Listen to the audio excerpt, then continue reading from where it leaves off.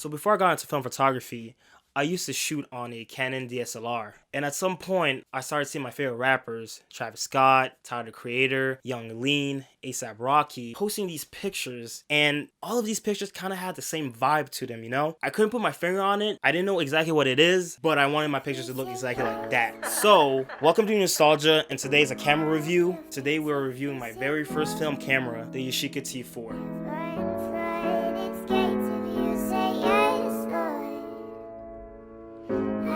What it do, baby?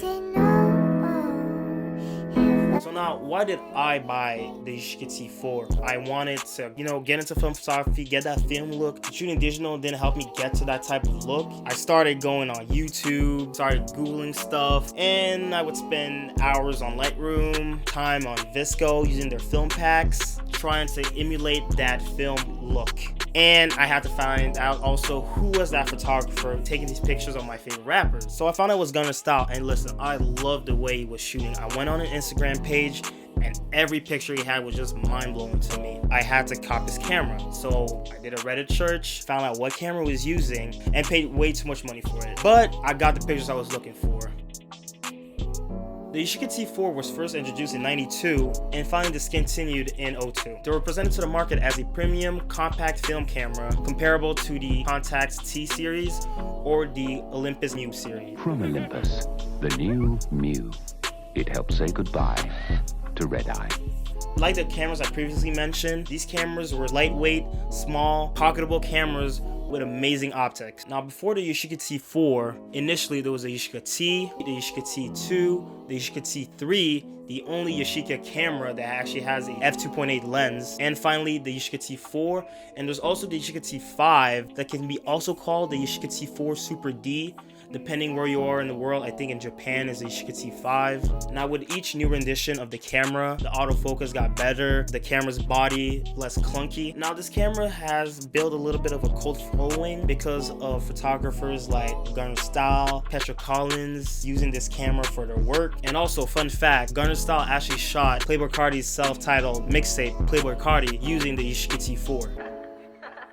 For me, I think the reason why a lot of film photographers like to pick up this camera is because of the hard flash, the great optics, and the fact that you still have a pretty close focusing distance. After reading a few user manuals of this camera, I think it's around 30 centimeters, 12 inches of minimum focusing distance. And I'm always talking about the optics. The fact why it's such a renowned camera is because it has a Zeiss lens on it, and Zeiss lenses are renowned for being very, very good lenses. And the camera has a very hard flash, which gives this provocative vibe type of picture that could actually be reminiscent of the late Ren Hang and his style of photography. And also, when I bought this camera for the first time, I had a trip to California and Hawaii, and I still did bring my DSLR, but on that trip I ended up just using my Yashica T4 because it was so easy to use it in hikes or if you went on the beach. Instead of having a relatively big digital camera, I would have a pocketable little point and shoot that I would take out, take a picture, and put back in my pocket. And I understand I did pay an absurd price for it,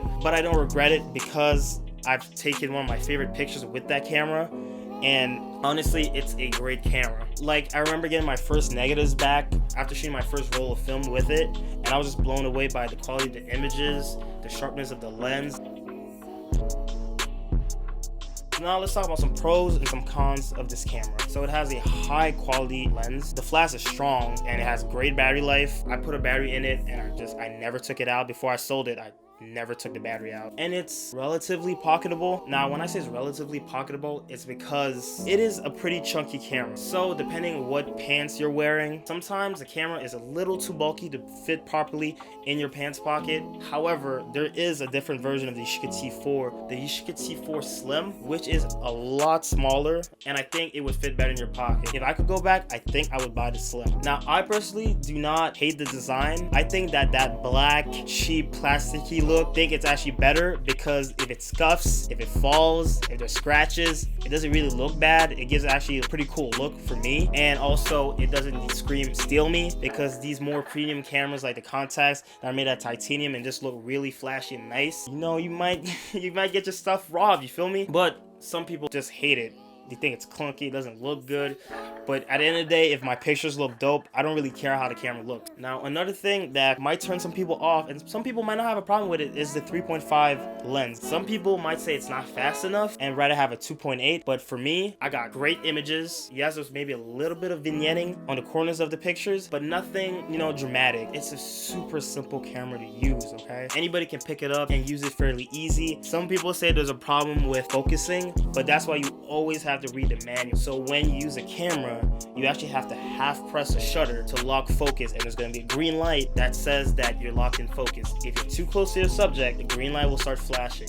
So if you're close enough at a good distance, you can lock your focus by half pressing the shutter, and once you get your focus, you can just press it fully and get a sharp image. I didn't read the user manual when I got it, so a lot of my pictures just completely misfocused the first time I shot with it. But you know, you live and you learn, and that's why it's really important. So when you buy a camera, try to learn the most you can about that camera and how to use it. And another thing for me is that I'm kind of a control freak, so the fact that I have a point and shoot and the camera does pretty much everything for me, in certain situations it wasn't the best. That's why I can understand a kind of interest to the Contax T2, Contax C3, because you actually have some options with your camera, so you can actually mess a little bit with exposure, and you have a little bit more option in your camera. While the Yashica T4, you have nothing. The camera does literally everything for you, which is pretty good when you're beginning, but if you get deeper in film photography, you want just a little bit more control. Another con is the camera is super expensive. Right now, I think it hovers around $350 to $450, which is really expensive just for a plastic camera. So that's why I wouldn't really begin. If you're a beginner, I wouldn't really begin with this camera because it is really expensive just for a plastic camera. I wouldn't advise this camera to beginners, maybe more intermediate people. You know, just get your foot into film photography before shelling out a lot of cash for a camera. But still, like, this is one of my favorite cameras of all time. I loved every second I had it.